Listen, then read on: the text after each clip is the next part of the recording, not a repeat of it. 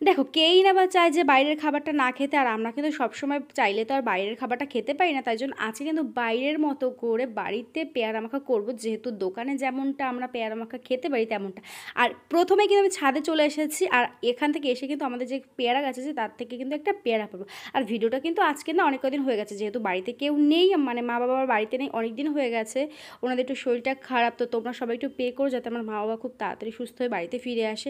আর আমি তো যেতে পারছি না, কারণ দাদা বাড়িতে থাকলে দাদা আমাকে ঘুরতে নিয়ে যায়। এবার যেহেতু যদি যাই তাহলে আমাকে কিন্তু একাকেই যেতে হয়। জানো, যাই হোক ছাড়ো, এইসব কথা বাদ দিয়ে পরের কথাতে আসি। তো আজকে কিন্তু আমি করবো যে পেয়ারা মাখা। গাছ কিন্তু পেয়ারা মাখা ছিঁড়ে নিয়েছি, আর তারপর এখানে দেখো আমি বটির থেকে কিন্তু কাটা শুরু করেছি। বলেছি না যে বাড়ির মতো করে করবো, কারণ আমরা যখন ভিডিওটা করি তখন কিন্তু এভাবে করি না, কারণ সুন্দর হওয়ার জন্য কিন্তু আমরা ভিডিওটা অনেকটা কাছ থেকে করি। আর আজকে আমি পুরো বাড়িতে যেভাবে আমরা করি সেভাবে কিন্তু করবো। দেখো পেয়ারাগুলোকে কিন্তু পিস পিস পিস করে কাটা হয়েও গেছে আমার।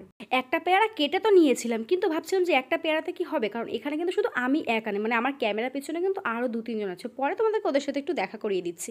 আর দেখো তারপর কিন্তু বাড়িতে যে পেয়ারাগুলো আনা ছিল তার থেকে কিন্তু আমি আরও 2টো পেয়ারা এখানে এক্সট্রা নিয়েছি। এবার হয়েছে একটা বাটি, বেশ ভরা ভরা লাগছে তাই না দেখতে।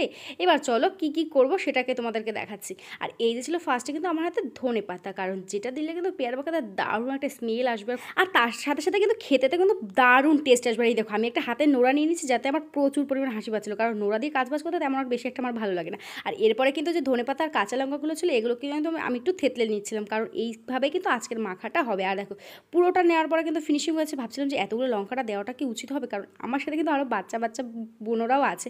তারপরে না ওদের করা ওরা বললো যে দিয়ে দিতে, তারপর কিন্তু আমি দিয়ে দিলাম। আর এরপর সাথে নিলাম কি একটু নুন, মানে যেটাকে তোমরা লবণ বলো। আর এরপরে কিন্তু কাঁচা লঙ্কা আর ধনেপাতাটা যে থিতলো করেছিলাম সেটাও কিন্তু দিলাম। তারপরে কিন্তু দেবো যে 1 চামচ মতো চিনি, যেতে একটু মিষ্টি মিষ্টি লাগে। আর আমার কিন্তু যে কোনো মাখা হলে একটু মিষ্টি মিষ্টি দিলে ভীষণ ভালো লাগে। আর এখন কিন্তু দিয়ে দেবো আমি টমেটো সস, যার জন্য আরও বেশি কিন্তু টেস্টি হবে। তোমরা কিন্তু অনেকেই জানো যে আমি মিষ্টি খেতে কিন্তু ভীষণ পরিমাণে পছন্দ করি। যখন আমি লঙ্কার ভিডিওগুলো করি আমি কিন্তু ক্যামেরার পিছনে ভীষণ পরিমাণে ঝালে মানে শিশাতে থাকি, যাকে বলে একদম, মানে ওটা কিন্তু একদম বিহাইন্ড দ্য সিনের মতো হয়ে গেছে।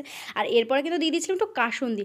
আর এবারই তো এটা খেতে আসবে মজা। আর তোমরা কিন্তু জানি অবশ্যই কমেন্ট করে যে এইভাবে পেয়ারা মাখা আর কে কে খেয়েছো, কারণ আমি দেখো এটা আমি জানতাম না যে পেয়ারা মাখার মধ্যে সসটা দিলে সত্যিই ভালো লাগে। কারণ যখন আমরা দোকান থেকে কিনে খেয়েছিলাম তখন দেখেছিলাম আমি ওটা দিতে, তাই জন্য কিন্তু বাড়িতে এসে একটু ট্রাই করছিলাম। আর এই দেখো এখানে কিন্তু সোনালি বোনও আছে, আর এই যে হচ্ছে অনামিকা বোনু, সবাই মিলে কিন্তু আমরা এখন বসেছি যে পেয়ারা মাখা খেতে। আর ওরা কিন্তু প্রথম থেকে বলেছিল যে দিদি টমেটো সস দিলে কিন্তু ওরা খাবে না। তারপর আমি বলছিলাম ঠিক আছে, ওদের মুখ থেকে যখন দেবো ওদের মুখ থেকে শুনে দেখো যে কেমন টেস্ট হতে। না না বলছে, না না ভালো হয়েছে, সত্যিই ভালো। তো তোমরা বাড়িতে এইভাবে কিন্তু একদিন ট্রাই করে খেতে পারো, আর জানিও যে কেমন লেগেছে। কিন্তু আমি এটা তো জানি যে কাসুন্দি দিয়ে কিন্তু আমরা অনেকেই পেয়ারা মাখা খেয়েছি, কিন্তু কাসুন্দির সাথে যে টমেটো সস দিলে যে আরও বেশি টেস্টি হয় সেটা কিন্তু তোমরা জানো না। মানে যারা যারা জানো তারা তো খুবই ভালো, আর যারা না জানো বাড়িতে একবার হলে ওটা ট্রাই করে দেখো। আর এখন আমি পেয়ারা মাখাটা খাচ্ছি, আর তোমরা কিন্তু ততক্ষণ পেজকে ফলো করো।